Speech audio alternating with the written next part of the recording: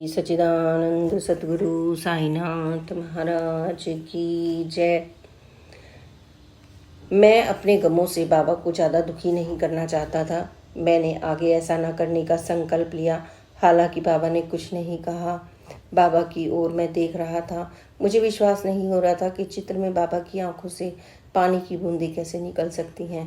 मैंने अगले ही क्षण जल की बूंदों को स्पर्श किया और उसे अमृत समझकर मस्तक एवं आंखों से लगाया। फिर मैंने चित्र के सामने हाथ जोड़कर बाबा से विनती की, हे बाबा, मुझे क्षमा करना। इसके बाद मैंने बाबा की ऊदी अपने मस्तक पर लगाई। बाबा की ऊदी की अपार महिमा है। बाबा आरती के बाद बाबा की ऊदी की महिमा अपार है। बाबा आरती के बाद सभी भक्तों के ललाट पर ऊदी लगाते थे। बाबा के भक्त जब शिरडी से अपने घर के लिए प्रस्थान करते थे, उस समय बाबा उन्हें ऊदी का आशीर्वाद देकर प्रस्थान की स्वीकृति प्रदान करते थे। बाबा जब शिरडी में अवतरित हुए तभी उन्होंने पवित्र धुनी प्रज्वलित की। वही धुनी अखंड रूप से आज भी प्रज्वलित है। बाबा के पास रोगी, पीड़ित, दुखी, संकटग्रस्त आदि अनेक तरह के लोग आते थे। बाबा उनके ललाट पर ऊदी लगाते या उसे पानी में डालकर पीने के लिए कहते थे। उनके रोग, दुख, संकट सभी दूर हो जाते थे। मैं बच्चों को ऊदी लगाता था तो मैं भी यह महसूस करता था कि यह ऊदी महत्वपूर्ण कार्य करेगी और बच्चों को शक्ति संपन्न बनाएगी। कोई भी व्यक्ति जब बाबा की तस्वीर या मूर्ति के सामने श्रद्धा, भक्ति या प्रेम के साथ नमस्कार करता है तो बाबा को तत्काल उसकी जानकारी हो जाती है। उन्हें ज्ञात हो जाता है कि उनका भक्त मन में कौन सी आशा संजो कर उन्हें याद कर रहा है। यदि उसकी इच्छा उचित है और उसकी इच्छा अवश्य पूरी ही होती है। कोई भी उनके दर से खाली हाथ नहीं लौटता। बाबा ने अपने भक्तों को कहा था, मेरा खजाना भरा हुआ है, सच्चे मन से आओ और लूट कर ले जाओ। मेरा फकीर बड़ा दयालु है, यह तुम्हें झोली भर भर कर देगा। वह सब पर प्रेम एवं दया की बरसात करेगा। आप एक बार बाबा के चित्र को ध्यानपूर्वक देखें। बाबा बैठी हुई मुद्रा में हैं। उनका एक पैर जमीन पर है, बाएं पैर पर दाहिना पैर रखा हुआ है। बाबा की यह तस्वीर हमें प्रेरणा देती है कि यदि तुम आध्यात्मिक इच्छा रखते हो तो मेरे दाहिने पैर के अंगूठे का ध्यान करो।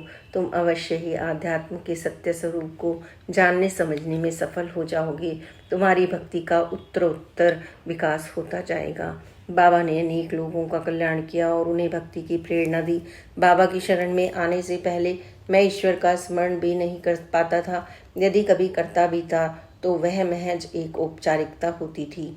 आज मैं इस सच्चाई का अनुभव कर रहा था कि जब दुर्भाग्य घेर लेता है और दुर्दिन आते हैं तभी हम ईश्वर को याद करते हैं। मालिक का अस्तित्व और महत्व हमें बुरे समय में ही ज्ञात होता है। ईश्वर का साहचर्य हम सही अर्थों में दुखों में ही प्राप्त कर पाते हैं। महाभारत का युद्ध समाप्त हो गया था। सत्य और न्याय की जीत हुई थी। भगवान श्री कृष्ण वापस द्वारिका जाने के लिए तैयार हो रहे थे। कुंती ने उन्हें रोकना चाहा। भगवान श्री कृष्ण ने कहा, अब तो सर्वत्र सुख, शांति एवं कुशल मंगल है। मेरा काम पूरा हो गया है, अब मुझे वापस जाना चाहिए। इस पर कुंती ने कहा, भगवान, इन दिनों से तो दुख के दिन ही अच्छे थे जब आपका साथ तो था। विकट परिस्थितियों में बाबा भी अपने भक्तों का ध्यान रखते हैं। दुख की घड़ियों में वे भक्त के अत्यंत करीब होते हैं। हर संकट में भगवान श्री कृष्ण की तरह भक्तों की रक्षा एवं सहायता करते हैं। साईं की मर्जी के बिना भी मस्जिद की सीढ़ियाँ कोई नहीं चढ़ सकता। सिद्दीक फाल्के नाम का एक व्यक्ति हज यात्रा करने के बाद बाबा के दर्शन करने शिरडी पहुंचा। मस्जिद के द्वार सभी के लिए खुले थे। साईंनाथ के आदेश के बिना कई दिनों तक वह मस्जिद की सीढ़ी भी न चढ़ पाए। बाबा जानते थे कि फाल्के हज यात्रा करके आया है और उसके मन में मक्का मदीना की यात्रा का गुरूर है। हमारे कुछ ऐसे दोष होते हैं जिनकी जानकारी हमें नहीं रहती, परंतु हमारे ये दोष हमारी आध्यात्मिक यात्रा में बाधक होते हैं। मेरे बच्चे 6 माह से शिरडी जाने का विचार कर रहे थे। बाबा की मर्जी से अचानक बुलावा आया और तत्काल कार्यक्रम बन गया।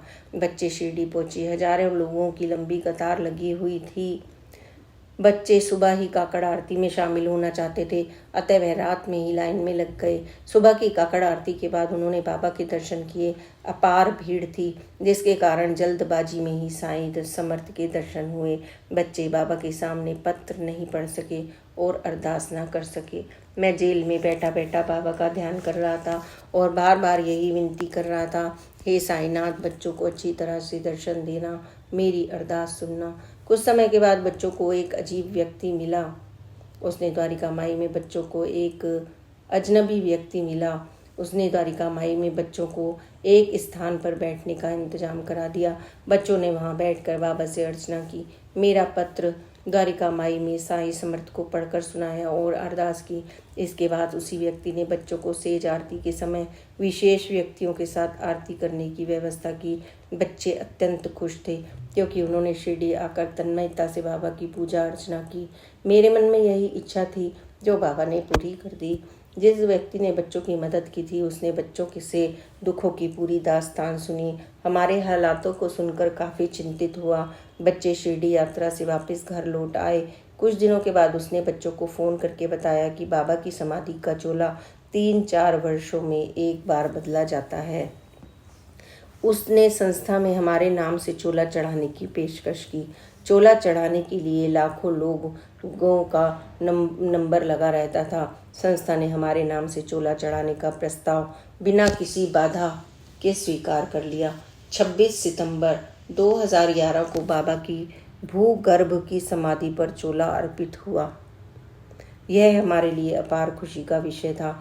हर मोड़ पर बाबा हमें प्रत्यक्ष अनुभव दे रहे थे कि मैं हर जगह हर समय तुम्हारे साथ हूँ। तुम एक फूल, एक पत्ता या थोड़ा सा जल भी यदि श्रद्धा भाव से मुझे समर्पित करते हो तो मैं अपने समर्पित एवं सहृदय भक्त की वह छोटी से छोटी भेंट भी सहर्ष स्वीकार करता हूँ। चोला चढ़ाने के बाद उस व्यक्ति ने हमें तस्वीर भी भेजी। बच्चों ने वह तस्वीर मुझे जेल में लाकर दी। मैं भाव विभोर हो गया। मैं मन ही मन बाबा को प्रणाम करने लगा और उनसे प्रार्थना करने लगा, आप मुझे जल्दी ही शिरडी बुलाएं ताकि मैं आपके दर्शन कर सकूं। बाबा के इस अनुग्रह और दिव्य प्रेम से मुझे जो खुशी मिली वह मैं शब्दों में व्यक्त नहीं कर सकता। साईं सर्वव्यापी हैं, अंतर्यामी हैं, पार ब्रह्म हैं। वे भक्तों की पुकार सुनते हैं, भक्तों के कल्याण के लिए हमेशा तत्पर रहते हैं। उन्हें जो सच्चे हृदय से याद करता है वे उसकी सहायता करते हैं। वे भले ही साकार रूप में ना हों फिर भी अपने अस्तित्व का एहसास कराते हैं। वे साक्षात रूप में भले ही प्रकट ना हों फिर भी भक्तों पर अपनी अनुकंपा करते हैं। कई बार भक्तों को कुछ समय तक बाबा की अनुभूति नहीं होती। इससे भक्तों को तनिक भी निराश नहीं होना चाहिए। बाबा ने श्रद्धा और सबूरी का संदेश दिया। भक्त को अपनी आस्था अटल रखनी चाहिए और बाबा का अनुग्रह प्राप्त करने के लिए धैर्य रखना चाहिए।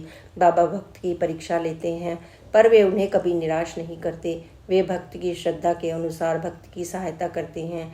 सितंबर का महीना समाप्त होने वाला था। जेल से मेरे रिहा होने के कोई भी आसार नजर नहीं आ रहे थे। नई जांच एजेंसी नए सिरे से तहकीकात का काम कर रही थी। ऐसे समय में बाबा ने यह एहसास कराया कि घबराओ मत, श्रद्धा रखो, सबूरी रखो। अभी कुछ समय का कष्ट और है, फिर तुम सदा के लिए कष्टों से मुक्त हो जाओगे।